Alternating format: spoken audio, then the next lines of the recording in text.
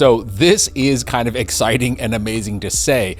Google's Genie, the real-time world simulator, has released. And thanks to our friends at Google, I've had the chance to play around with it for the last 2 days, and I mean, to be honest, I'm kind of blown away. So today we're gonna go over what it is, how it works, what it can do, and I've got a few use cases. Plus, I do have an exclusive interview with some of the DeepMind Genie team with some information that, well, you're not gonna hear anywhere else.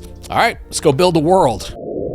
So kicking off with just kind of a brief history of Genie, we first saw Genie 1 in February of 2024. This was a model that was capable of generating games, mainly like 2D platformers at, well, pretty small resolution, and actually was only able to do so for about 1 second. So yeah, we were pretty early in here. Surprisingly though, about 10 months later in December of 2024, we got a look at the blockbuster sequel, Genie 2.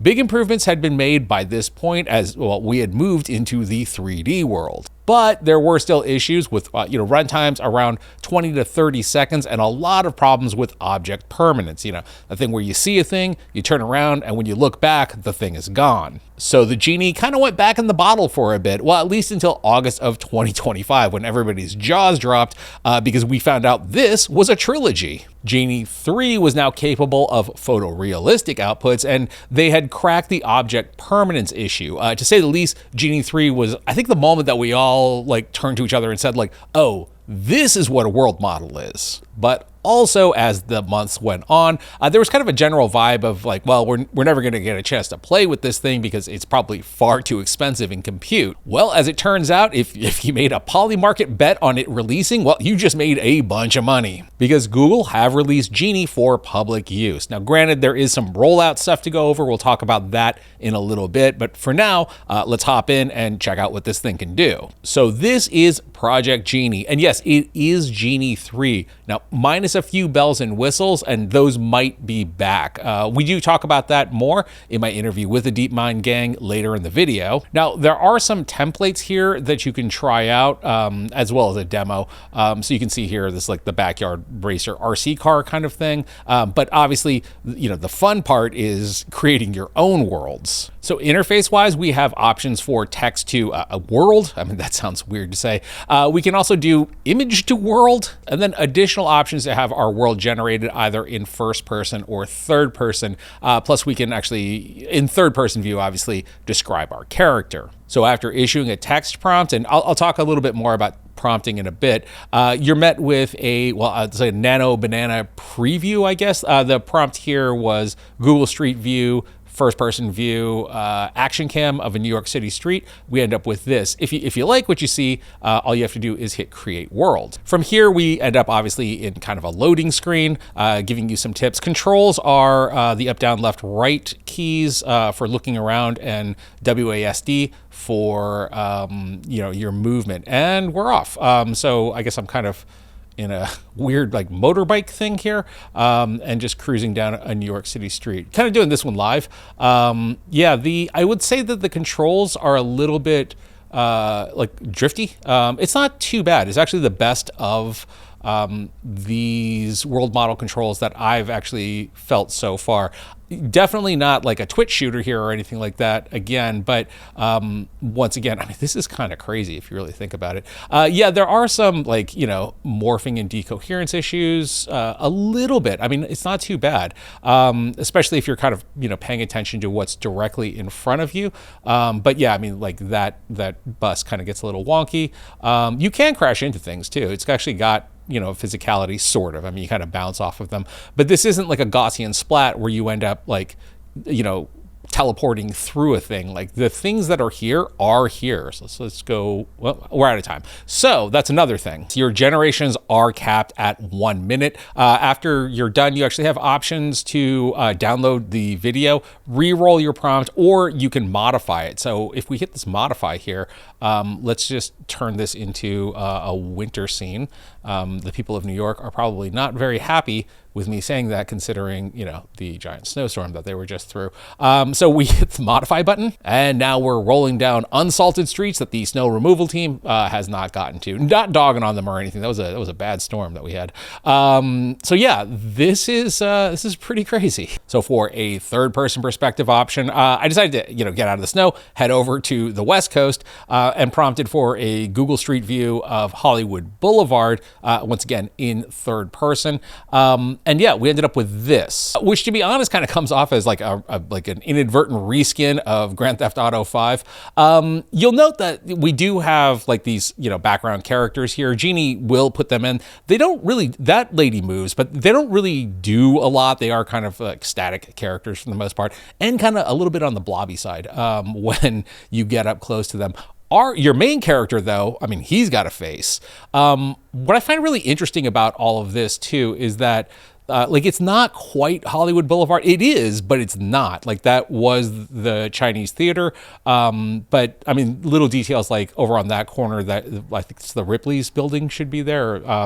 But it's not. Is it still open? I don't know if it is. But, you know, clearly, like, Genie knows where we are. Google Street View obviously, you know, has that data. But, you know, we're kind of getting a weird scrambling. I think that's the Egyptian theater over there where it shouldn't be. So, so it is, yeah, it's just interesting that it doesn't give you an accurate one-to-one necessarily. There's probably obviously a variety of reasons for that, so I get it. But I mean, so if you prompt for something that's kind of a little more on like the generic-y side, like in this case, Fishing Village on Maui, yeah, I mean, it definitely gets where you are. I mean, like Lahaina Fish Company and Maui Dive Shop. So 100% catching the vibe here. Can you tell it's winter out and it's super cold? Because we've gone basically from New York in the snow to LA, and now we're in Maui. Rounding out on text to world, I guess, before moving over to the image side of things, and kind of serving as a bridge. This, of course, is our man in a blue business suit walking down a busy city street. Now, you'll note that it does kind of have this like sort of like video gamey kind of look to it. I have found that in the text to world mode, that like Genie definitely kind of wants to lean into this direction kind of often. So one of the tricks is in prompting is definitely spam a lot of words like, you know, cinematic, like IMAX, GoPro seems to work very well, or action cam, as well as if you're, you know, dealing with streets like this, Google Street View.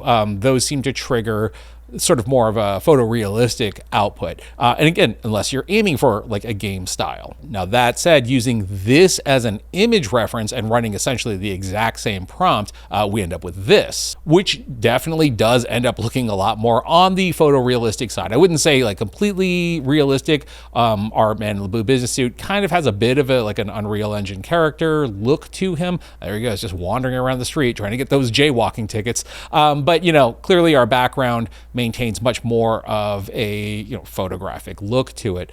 So yeah, just a tip on that front. You know, the other note, of course, is that we have a bunch of garbled text back there. We actually do talk about that a little bit more in the interview in the back half of this video. Yeah, some interesting notes there. But yeah, I mean, overall, again, if you want to run kind of more of this look, definitely utilize image to video. This looks really good in all honesty. Next up, I was curious to see how the model would handle highly stylized inputs. So I ended up grabbing this image of an environment that we generated up in Midjourney. I always kind of really like this style. And then running this in third person, I was pretty impressed with how the model ended up handling, you know, essentially the style and consistency. But I did wonder, like, where's our character? This seems to be in first person until I turn around and then, oh, there's our girl. She's like, you know, sorry, I was dealing with, you know, beating up some bad guys on another level a minute ago. So running around and exploring the environment with her, you know, jumping across chasms does pretty well. I did see this door over here, ended up wandering back over there just to see if I could open the door. There is no interactivity yet. We do talk about that later on again. So from there, you know, just kind of wandering around the environment. Again, very impressed with the stylistic consistency of everything. I was curious to see if we could have her, jump to her death. I don't know why I do things like that. But as it turns out, this jump should do at least some kind of damage, but nope, nothing. She's fine. And then this is interesting. When I wandered over here, there's some kind of like item. You couldn't really do anything with it, and it timed out right after that, but found that very fascinating. Next up, I was curious to see how the model would handle real environments and real photos. So I ended up grabbing, it's kind of an older photo of the studio when it was clean. I'm not going to take a picture right now because you would judge me. So running that, this is just kind of fascinating in all honesty. It does kind of garble up the gear, the computer and the monitor and whatnot. But I'm just endlessly fascinated by this. This is not what the rest of the studio looks like, but it creates entirely new rooms. Apparently, I guess I live in a bamboo forest, I guess, if you can tell by the window outside. It's almost like walking through like a dream version, not like a dream, like this is what I would love to have, but like literally I'm having a dream. The other thing that was kind of fascinating there is as we walked into that other room, kind of want that couch. As we walk into that other room, when we return back here, it is still the same environment. Like those guitars are still there. There's an entirely different section over here that we can hop into. It gets a little bit on the dark side, so this might be the nightmare segment of the dream. For some more tests on object permanence, I ended up generating up this image in Nanobanana, kind of a very Elden Ring inspired game. And then running this, I hop right off and head over to check out that knight on a horse there. He's pretty solid. You can't really interact with him or talk with him or anything like that. You can't jump on the horse. You can't even whap the horse on the butt to make him run away. But there he is. There is another knight that's in the background there. So I thought it would be an interesting test to head up to that knight and then turn around to see if we could still see our initial knight. Our guy's still there. Once again, head over, get a closer look at this knight, and then turn around to check on, once again, our former knight. And he's still there. So it's pretty impressive. It definitely does remember where it puts things. Moving on to two outputs that, kind of just ended up blowing me away. I ended up taking this image, this, kind of like hipster restaurant in New York that we have run on the channel in the past. And the intention here was that I wanted to explore the bar area. But as I began running the generation, what sort of surprised me was that I could walk through the window. So I was like, all right, well, let's just keep going on and exploring the city. And it just kind of took me aback at how far I could get from our initial location. Again, I was thinking I was just going to be exploring, a small restaurant. And as it turns out, I could walk out into a city. And on top of it, consistency wise, at least, or aesthetically, I guess, at least, it's managing to maintain and hold the vibe of that initial input image. You saw that red light shining down there. And as we keep walking, it's got that, crimey, grimy look to it that I was aiming for in that original input image. This is you can just kind of keep going. It's sort of crazy. Now, the one that really ended up blowing me away was this one. This was kind of early into my testing, and I was really trying to push the model as far as we could take it. So I ended up prompting for a comic book page about a space pirate who is looking for treasure on an alien planet. And I gave it some instructions that I wanted to be able to move the page forward and backwards using the control keys. It does not do that, though it did generate the buttons for it. Now, what it did do was initially it does that push in and then kind of pulls out again. And I was like, oh, I guess this is sort of a dud thing because it's not letting me do the next page. And then all of a sudden, our guy takes off. Yeah, that's crazy. It obviously identifies a character there. So our guy just starts kind of wandering around, completely off the page at this point and exploring the area. And I just love the fact that it incorporates in the aesthetics of the comic book panel into the rest of this environment that is an extension of the table, but not really. Our table comes back again, proving that there is object consistency. It does lose it because we got a second astronaut there, but I'm not going to really dock it. And then we wander over here. There's another book, and then just an entirely different environment over here. I mean, this is so crazy cool. So before going over use cases, we probably should talk about availability because yes, this is initially at least only rolling out to the Google Ultra tier, so the pricey one. That said, this is sort of par for the course for these big flashy models. When they initially debut, they would start off on the highest tier, be this Google, OpenAI, or really any of them, and then eventually they kind of filter their way down and then eventually open up via API. Google themselves said that their goal is to make these experiences and technology accessible. So if you're not on the Ultra plan, give it some time. If you really want to play with it, you can sign up for the Ultra plan. Now, in terms of interesting ideas and use cases for this, I mean, we are still very early in, but I mean, I kind of think that the door is wide open here. Like on the game side, there's the idea of using it to sketch out game ideas or build worlds. But of course, where I immediately went to using it is, as a virtual set for VO3 videos. So taking that impressive city walk generation that we saw earlier, I ended up just, taking a shot of one part of the location, then turning around and taking another shot from the same area. Utilizing Nanobanana, I ended up cleaning up the image, and then I ended up inserting this guy into like one shot. And then for the reverse shot, I of course used Flamethrower Girl. You're telling me that I'm a prompt in an AI video? No, sweetie. I'm telling you that you are a prompt in an AI world simulation. Is that somehow supposed to make me feel better?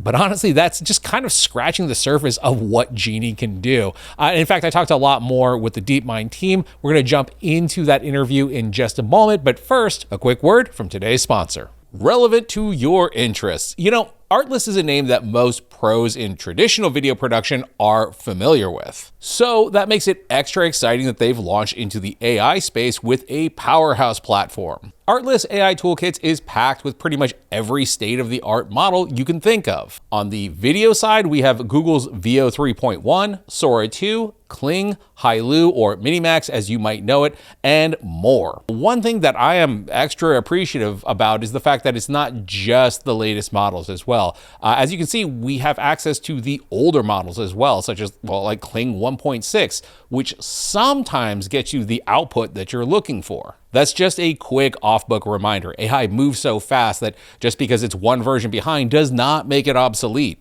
Moving back to the AI toolkit, it is just as packed on the image side with models ranging from Nanobanana Pro, Flux 2.0, Ideogram, Seedream, and more. And the fact that they are all on one platform makes it especially easy to be able to edit and combine models for wholly unique styles and looks. For example, here where I initially generated an image in Seedream, I then edited that image in Flux 2, and then further refined it in Nanobanana Pro. And what is extra cool about Artlist AI Toolkit is that they have their own model, Original 1.0. This is an image model trained on Artlist's own high-quality footage, so every image is grounded in real cinematography and designed with filmmakers and professional video creators in mind. But the thing that has me really excited is the upcoming Artlist Studio, which brings together so many of the iterative workflows we commonly use to achieve cinematic results in AI projects into a seamless and intuitive studio space. AI Studio Space is designed to be a true AI production experience, giving creators more control at every stage of video creation.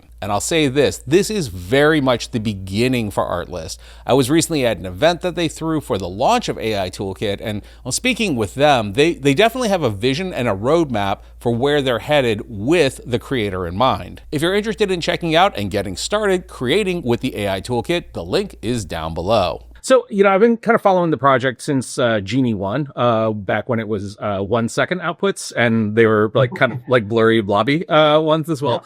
Yeah. What were some of the major benchmarks or breakthroughs that have happened over the last few years that have actually gotten us here? So Genie 1 was kind of a proof of concept in terms of, can you actually design a model that can generate new worlds, right? So previous world models, in the sense of what we mean by world models, and models that generate the future right on the fly, those kind of models that could only really take in a specific domain. So it's take all of an Atari game and then use that to get a world model for that one game, right?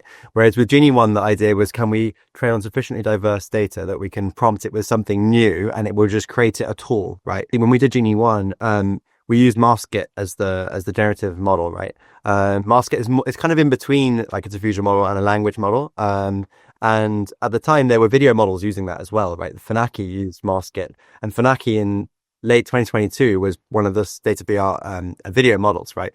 It's actually still pretty good if you look at it, but it's nowhere near like the VO3s, right, of this world. So Funaki was kind of around when we started developing Genie, and we kind of based some of our design choices on that model because it was also in-house. So between 2022 and 2024 or 5, like video model has gone from being a very frontier thing to being like an established, like just really incredible technology that we know how to scale it and we know what works. I think that has really come along in the last few years, and you can see the kind of things we're able to do with Gemini as well. I think we saw the ability to change environment in prompting in Genie 3 that isn't present, obviously, in this model, which, again, I think I'm not dogging or anything at all. I totally understand that there's a lot of compute involved here. But what was sort of the thought processes in terms of like what you had to scale back on in order to bring this out to public release? So part of bringing Project Genie to life and bringing it to users, even in its experimental form right now, we wanted to make sure that pretty much everything that gets exposed to users at scale, that they actually have a high quality experience. And so we really are sort of holding a high bar for anything that works reliably and that people can actually use repeatably. And so for things like promptable events and other things that the model natively supports, we'll be evolving those into Project Genie as the end-to-end experience over time. And there's a lot of other exciting things that we're also thinking about that we've been learning about as we've been testing it and learning from users. In that same vein is about interactivity within the world. Do you see that as being expanded at some point or another, where a character is walking and you can pick up a rock? 100%. Yeah, it's a great call out. I think that's one of the core experiential pieces that we want to expand on over time, for sure. Like the amount of things that you can do in the world, but also the way the world evolves over time could be an interesting area to explore. And like you're alluding to, I think that this idea of like the actions that you take are also contextual to the world and maybe to the objects that you have at hand, etc. I think that's one area that we'll look at integrating as well. The thing you're playing with is give or take the same Genie 3 model, right? That like we showed the research preview. The difference is which bits we expose. So we don't expose the promptable world events, kind of as like Diego alluded to, like they don't work reliably enough. And there's so many considerations, right? It's like a very frontier thing, right? No one's really done this before. Whereas the keyboard controls, like we'd done with Genie 1 and 2. So we kind of knew that they're fun and they work and people play with it for a while. And so I think these are the kind of things definitely that we have on our radar, right? We don't just imagine like world creation and just walking around, looking around as being the end goal here, right? A question that I have, why is it always the up, down, left, right arrow keys for view? Why is it never a mouse? Like all of them do it. Like is there a technical constraint holding back mouse first person view? Yeah, so I think we're guilty of this, right? Because for Genie we kind of I feel like we kind of set the tone for these models, like with even the interface, right? Everyone seems to kind of copy what we had for Genie 2 with the like two things. Honestly, that was just for simplicity. A lot of people don't have a mouse, right? And it's just nice to have your hands on the keyboard, and then it just kind of stuck. But there isn't a technical reason why you can switch it up to be a mouse-based thing. The topic of interface has come up a lot, actually. So, like, what does this look like using a mouse, using a gamepad, using the touch screen? So I feel like there's definitely a lot there in terms of like the interface compatibility side that we can definitely build on over time. Sort of some thoughts. I mean, I've already got some kind of kit bashing ideas in terms of taking Genie outputs and kind of running them through VO, cleaning up an image in Nanobanana, et cetera, et cetera. I mean, is the architecture so different that it prevents a bridge from being, combined across all three platforms, or is that something that is possible in the near future? Yeah, it's a great call out because we do see sort of this integration of all these models into the tool set, and how you create a more fluid experience between them is one core piece that I think we want to build on the product side and on the experience side holistically. So I was curious. So there's so many different ways to kind of view Genie, like lenses that you can look at it through. Just from a personal standpoint, how do both of you personally see Genie? It's a good question because it's sort of a fascinating one because it's such a new model, right? It's like a new paradigm.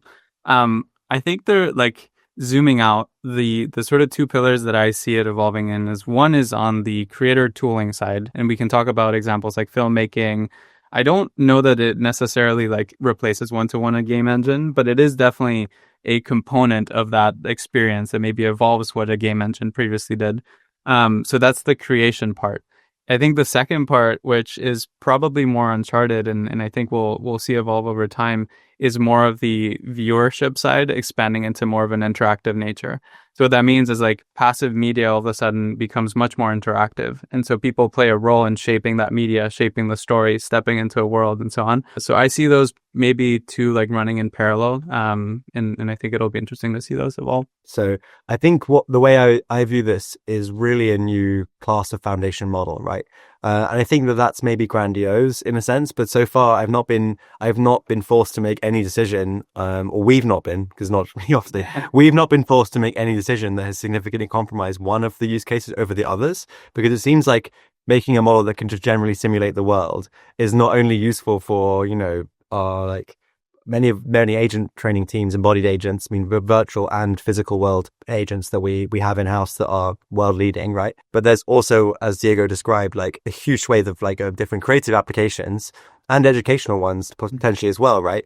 That all seem to be sort of emerging without explicitly optimizing for them, right? And I very much subscribe to this, like, build new ambitious things and then prepare to be surprised, I think. And we're obviously all just getting the release of Genie 3 right now. Hypothetically, what are some of the things that Genie 4 might look like? So I guess the most concrete example I can give you is like, so take a look at the screen and play with it, and then look out your window at the real world, and there's quite a big gap, right?